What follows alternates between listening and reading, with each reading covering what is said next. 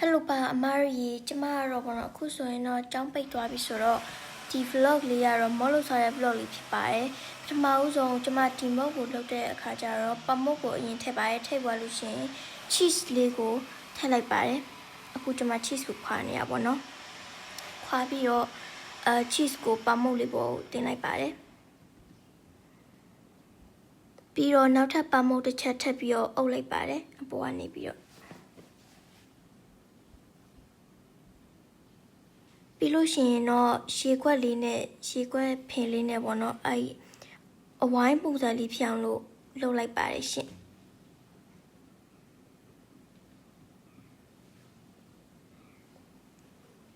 ပြီးလို့ရှိရင်တော့ကျွန်မကြက်ဥလေးကိုဖောက်ပြီးတော့ထည့်လိုက်ပါတယ်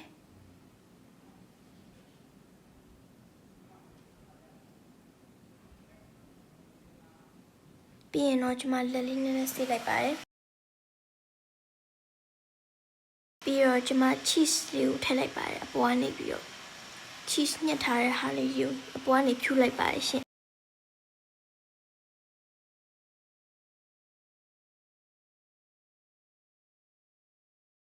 ဖြူဖို့ရဆိုတော့ကျွန်မ air fryer လေးကိုပြန်ပြီးတော့ပိတ်လိုက်ပါတယ်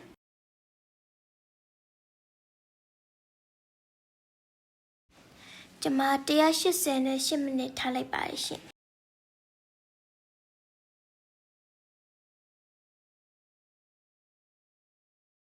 Hello ပါမာရီကျမကတော့အခုဆိုရင်တော့ air fryer နဲ့ကျမလုပ်ထားတဲ့မော့ကိုပေါ့နော်ဖုတ်နေတော့ဆိုတော့ကျမပစ္စည်းလေးတွေကိုညနေကျလိုက်တင်လိုက်ပါအောင်မယ်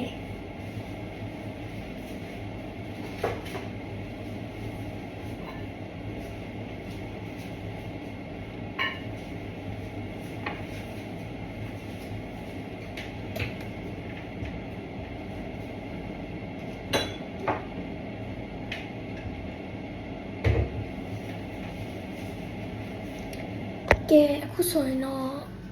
ဒီမှာပါ180နဲ့အခု4မိနစ်ပဲကြာမှာတော့တယ်။မာရီအခုဆိုရင်တော့ရပါပြီ။မမီပိတ်လိုက်။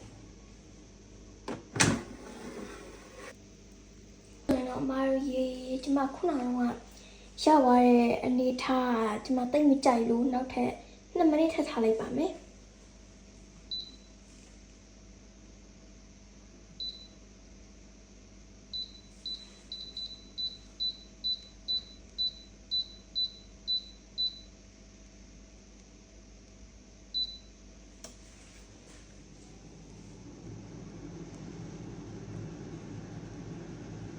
Hello ပါမာရီအခုဆိုရင်တော့ရှောင်းပါပြီမဟုတ်ကတော့ဒီမှာပိတ်လိုက်ပါတော့မယ်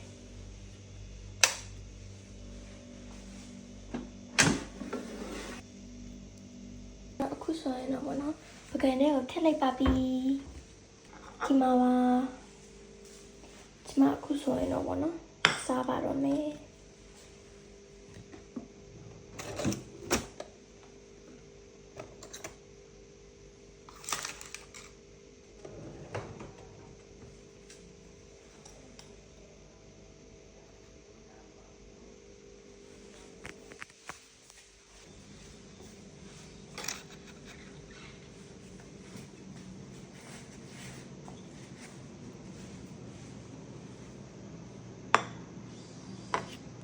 မာရီဒီမှာပါ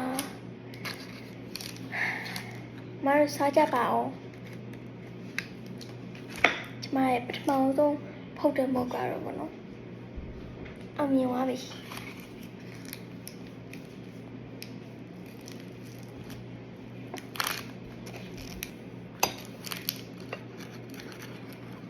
မာရီစားကြပါအောင်